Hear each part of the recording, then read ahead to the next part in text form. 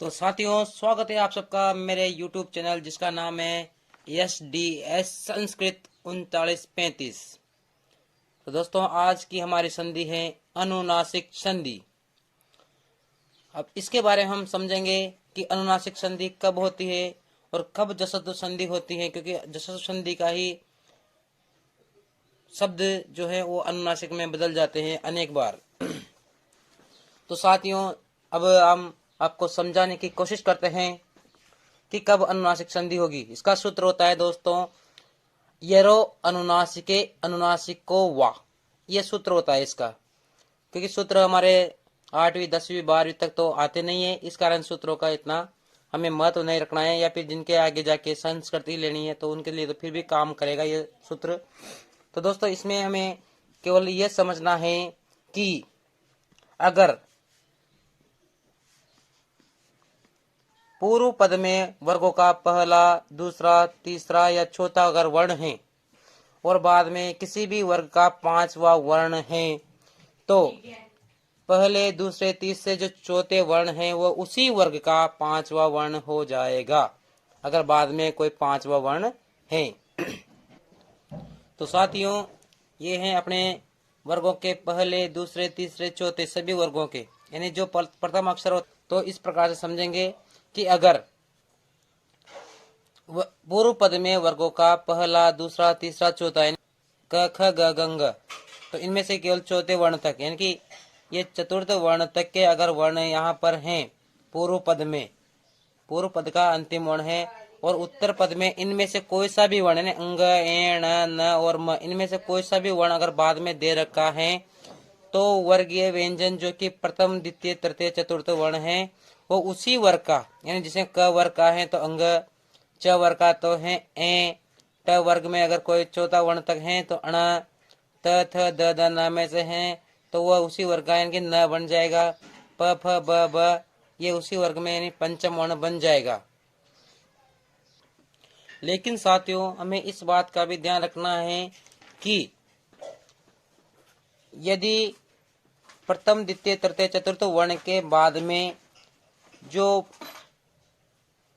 शब्द हैं या पद हैं वह कोई प्रत्यय से नहीं होना चाहिए। जैसे कौन कौन से प्रत्यय हैं, वह है नाम, यानी उनका नाम, मात्रच, मतुप और मयट। ये उसके बाद वाले पद में नहीं होने चाहिए। अगर ये हैं तो फिर वहां पे सिर्फ पंचम वर्ण ही होगा, तृतीय वर्ण नहीं होगा। ये जितने भी उदाहरण हमने लिखे हैं इन सब में दो दो संधियों का कार्य है। जगतनाथ, तो दोस्तों जैसे हमने कि इससे पूर्व जो संधि पढ़ी थी जस्व संधि या जस्तव संधि, उसमें हमने पढ़ा था कि वर्गों के पहले, दूसरे, तीसरे, चौथे वर्ण के बाद में यदि तीसरा, चौथा, पांचवा वर्ण या कोई स्वर आए तो हमने उसके स्थान पर तृतीय वर्ण भी किया था।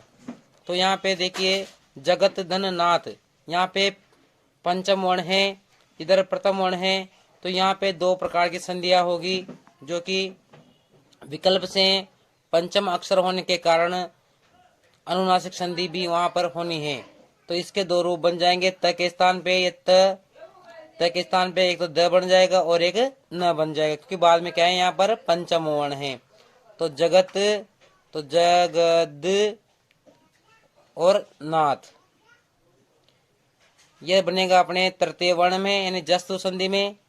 और एक बन जाएगा जग न, क्योंकि पंचम वर्ण होगा, जगन्नाथ।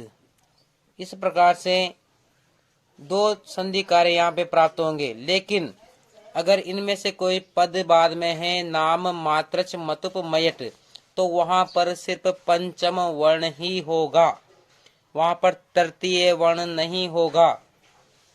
अब इन उदाहरणों को देखिए। सतमती, तो यहाँ पे भी बाद में म है, यानी यहाँ पे इनमें से कोई शब्द नहीं है, तो यहाँ पर क्या बनेगा अपना, दोनों संधि कार्य यहाँ पे भी होंगे। दिक्नाक, यथत मुरारी, इनमें भी पंचम वर्ण होने के कारण यहाँ पे भी दो संधियां प्राप्त होगी, एक तो जस्तु संधि और एक अनुनासिक संधि। ये दोनों संधियां यहाँ पे हमें प्राप्त हो रही है। अब यहाँ देखिए ये तत्मयम,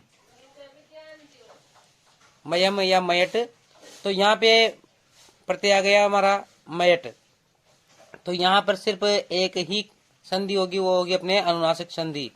तो त के स्थान पे पंचम वर्ण हो जाएगा। त क्या पंचम वर्ण है अपने पास न, तो ये बन जाएगी तन और मयम। तो यहाँ केवल एक ही संधि कार्य होगा, इन सब में दोनों संधियां होंगी। आप तृतीय वर्ण करो तब भी जस्तु संधि हो जाएगी, और पंचम वर्ण करोगे तो अनुनासिक संधि हो जाएगी। ये जो मैंने आपके लिए छोड़ दिए हैं, आप इनको करके और देखिए।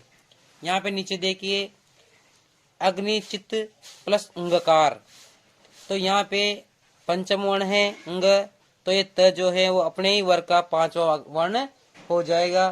तो ये बन जाएगा अपने अग्नि पर तृतीय वर्ण हो जाएगा, तो चिद प्लस अंगकार मिला देंगे इनको, और एक पंचम वर्ण वाला भी बनेगा, तो अग्नि चिद अग्नि ची। अब त का पंचम वर्ण न, चिन्ह प्लस या धन अंगकार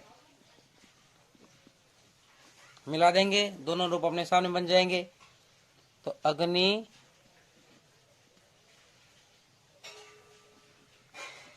चिद अंगकार,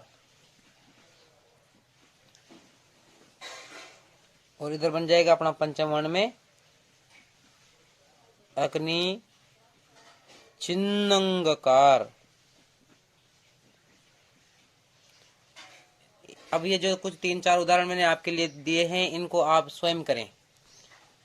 ठीक है साथियों, अगर आपको ये चैनल, ये वीडियो पसंद आया हो तो इसे लाइक करें, सब्सक्राइब करें, शेयर करें और कमेंट करें कि आपको इसमें क्या पसंद नहीं आया, क्या पसंद आया, या कोई चीज़ समझ में नहीं आया हो तो उसमें मैसेज में डाल दें, ताकि मैं उसको आपको वापस समझा सकूं। थैंक यू दोस्तों।